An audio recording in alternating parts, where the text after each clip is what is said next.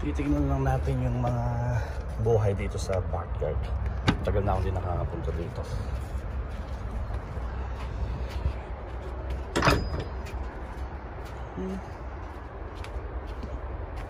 Table. Malamig na rin. Namamatay na yung mga tanim namin na zucchini, cucumber, talong dahil malamig na.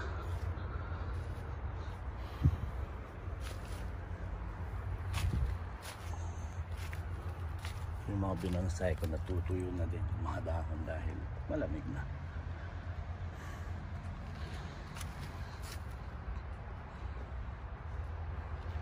Apple.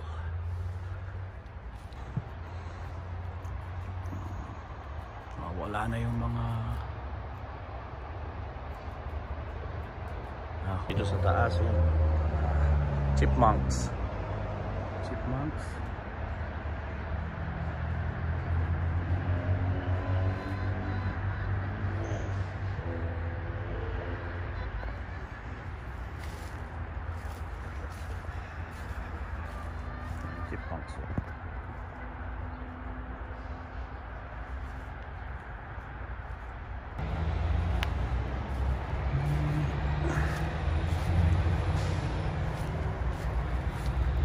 Ito yung bagong apple. Hindi ko lang alam pa kung anong variety.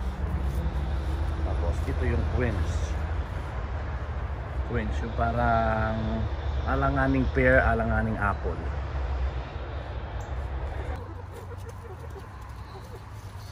Ito na yung mga sisiw dati. Yung mga dark brown.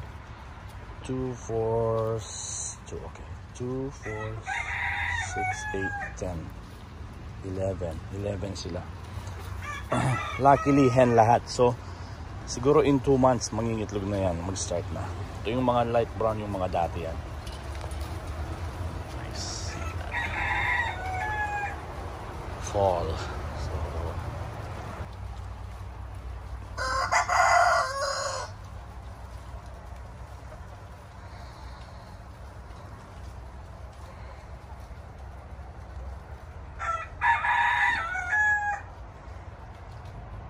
12 season, so malamig na.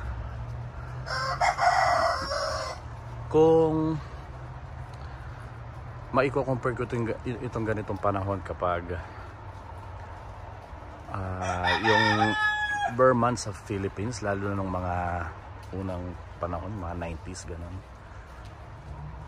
yung lamig na tolerable, tapos may araw, napakasarap mag-relax,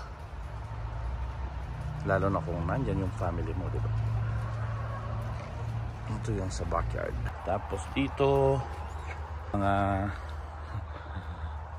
bagong mga roosters. Tapos nandun yung mga bibe, ano? Kasi malamig na po, kaya naglagay kami ng hay para ma-insulate sila kahit pa paano. Pero siyempre sanay naman sila dito kasi dito sila talaga nakatira, diba? Yan o.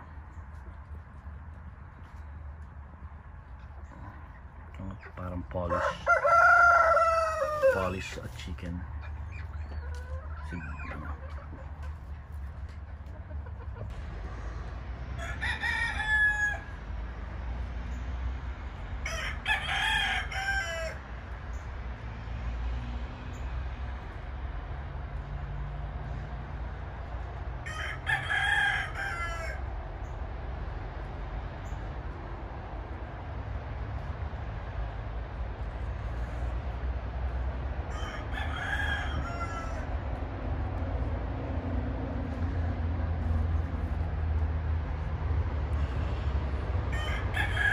Panahon malamig na.